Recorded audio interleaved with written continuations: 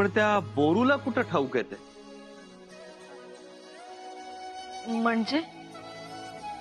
म्हणजे बोरू ही वस्तू आहे. वस्तू जेव्हा दिली जाते तेव्हा तिची भेट होते. आणि युवराजनी भेट ठेवायची नसते, द्यायची असते ना. बाई, आमच्या लक्षातच आलं नाही. थांबा, आणतो.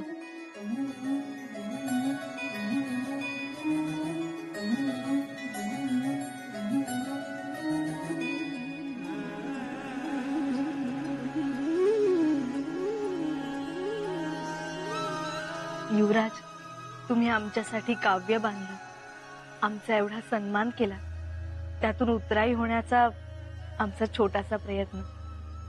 घ्या. छान आहे, सुंदर, आटोपशीर, अक्षर अगदी मोत्यासारखं येईल. पूर्ण एपिसोड पहा झी5 वर. जसोदा हरी पाल नहीं झुलावे, हलराए दुलराए बलराव, जोई सोई कछु गावे.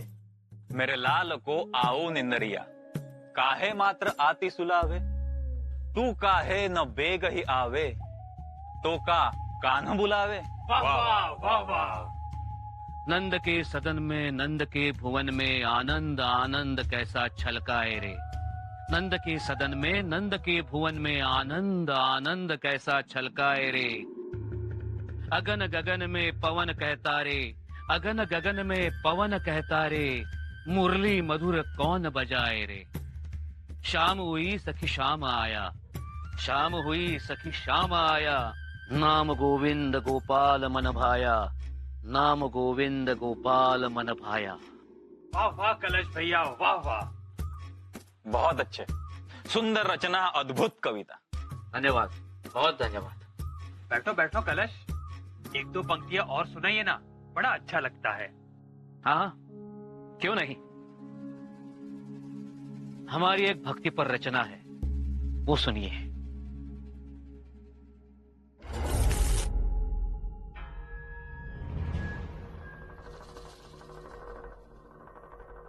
तुम पंडित हो? जी हाँ. कौन कहेगा तुम लोगों को पंडित? मूर्ख लोग हो, खुद को पंडित कहते हो और इतना भी नहीं जानते कि किसकी तारीफ करनी चाहिए, किस पर कविता लिखनी चाहिए. जनाब अमलदार जी, प्रशंसा तो विद्वानों की होती है और जो शूरवीर हो. खामोश. मुगल सल्तनत में रहते हो, मुगलों के दिए हुए टुकड़ों पर पलते हो और तारीफ बाज लोगों की करते हो. नज़्में लिखनी है तो लिखो, आलमगीर बादशाह के लिए लिखो, तो तुम्हारे सुकन की कद्र होगी. लिखो, अभी इसी वक्त लिखो. पर हुजूर, हम कुछ नहीं जानते.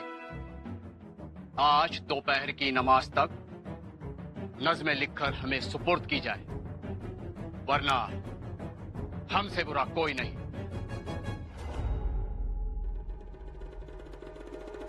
क्या करे, लिखते हैं, लेकिन लिखे तो क्या लिखे. एक काम करते हैं, जैसे हम अकबर बादशाह को महाबली कहते थे, वैसे हम औरंगजेब को सुग्रीव महाराज कहेंगे. वाह वाह वाह वाह. माफ कीजिए, पर हमें नहीं लगता आप मां सरस्वती के उपासक हो. क्यों, क्या हुआ? यह आपको शोभा नहीं देता कि आपने अशरफियों की थैली देखी नहीं कि मां सरस्वती की उपासना छोड़े शब्दों और भावनाओं का व्यापार करने लगे. कलश जी, अमलदार हवालात में बंद कर देगा, मारेगा. पंडित जी, मां सरस्वती का पुत्र निर्भीक और निर्मोह होता है. अगर आपको लिखना ही है तो आप योग्य व्यक्ति के बारे में लिखें, ताकि मां सरस्वती स्वयं आपको वरदान दे, शब्दों और भावनाओं के पालखी में बैठकर स्वयं प्रकट हो जाए. युवराज, आपण म्हणता तसा प्रतिभावंत भेटेल आपणास. कवी भूषण कसे आले होते आपल्या आबासाहेबांना शोधत? कवी परमानंद? कठीण आहे.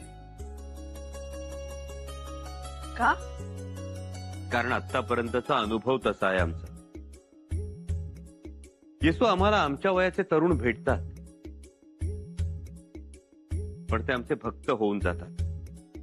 एवढ्या आदरानं वागतात की आम्ही कुणाच्या खांद्यावर हात ठेवला तर तो उपकृत होतो. सहज म्हणून एखाद्याचा भाला हातात घेतला तर तो भाला पूजला जातो. कुणाच्या घरी पाणी प्यायलो तर तो तांब्या लाख मोलाचा होतो. मग कशी करणार आम्ही मैत्री? आणि केली तर कुणाबरोबर? ज्योत्याजी आणि रायप्पानं आम्हाला धनी बनवलं. अंतोजी गिरजोजींचा भक्तिभाव मोठा.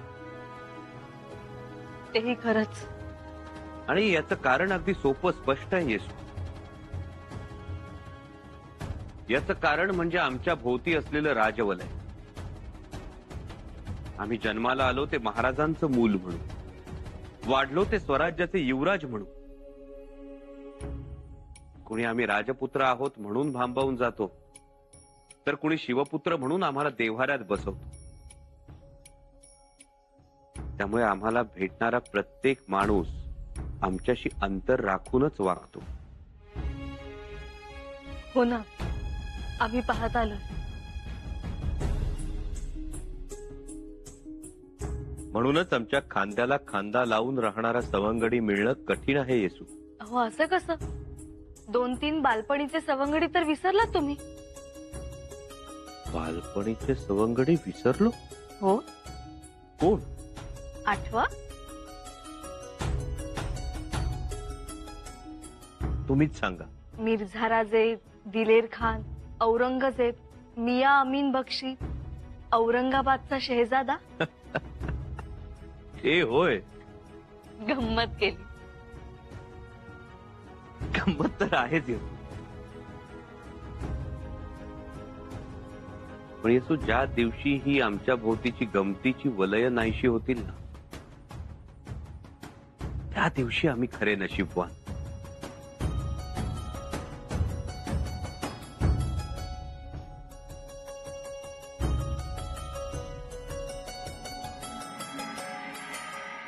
अरे कलश जी, आइए आइए, आप हमारे घर पधारे, हमारे भाग खुल गए. बैठिए. केशव पंत जी, जी, हम आपके पास हेतु सर आए हैं. क्या सेवा कर सकता हूं मैं आपकी? जहां तक हम आपको जानते हैं, आप दयालु हैं, शांत स्वभाव के हैं. लेकिन आज आप उन पंडितों पर इतना गुस्सा हो गए कि हम देखते ही रह गए. जिस तरह से उन्होंने छत्रपति शिवाजी महाराज और शंभू राजे की बात की, हमें अच्छा नहीं लगा. उनका अपमान मैं अपना अपमान समझता हूँ. क्या आप जानते हैं इन महान हस्तियों के बारे में? कलश जी, क्या और कितना कहूँ. इन महान पिता पुत्र के बारे में मैं जितना वक्तव्य करूं वो समाप्ति नहीं होगा. हम जरूर सुनना चाहेंगे.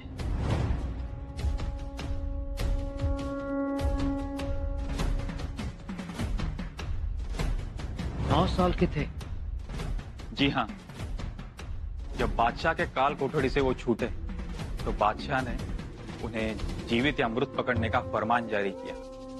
शिवाजी महाराज वो खुद उन्हें लेकर इस घर में आए थे. सुरक्षा के कारण उन्हें यहाँ अकेला छोड़ के गए थे. साहेब, आम्ही बाहेर येऊ शकत नाही निरोप द्यायला, नाहीतर आपली पावलं निघणार नाहीत. या आपण. पर शंभू राजे ने सामने से उन्हें विदाई दी. 9 साल के थे मतलब बालक ही थे. यही बालक बटू बनकर रहे इस घर में. बादशाह के सिपाहियों के सामने राजसी पोशाक बदलकर बटू के भेष में सामने आए. श्लोक सुनाकर, अमलदार को आशीर्वाद देकर दक्षिणा भी मांग ली. ओम सप्तजीवाय विद्महे अग्निदेवाय धीमहि तन्नो अग्नि प्रचोदयात. शिवनंदन, दक्षिणा दोगे तो इस बटू का आशीर्वाद मिलेगा. क्या उनकी विद्वत्ता, क्या उनका रूप, क्या उनका प्रचंड साहस और प्रखर बुद्धिमत्ता. आश्चर्य. पश्य शिवस्य शंभु न ममार नजरियति. आपकी बातें सुनकर ये लगता है कि शंभू एक शिवकाव्य है. पूर्ण एपिसोड पहा झी5 वर.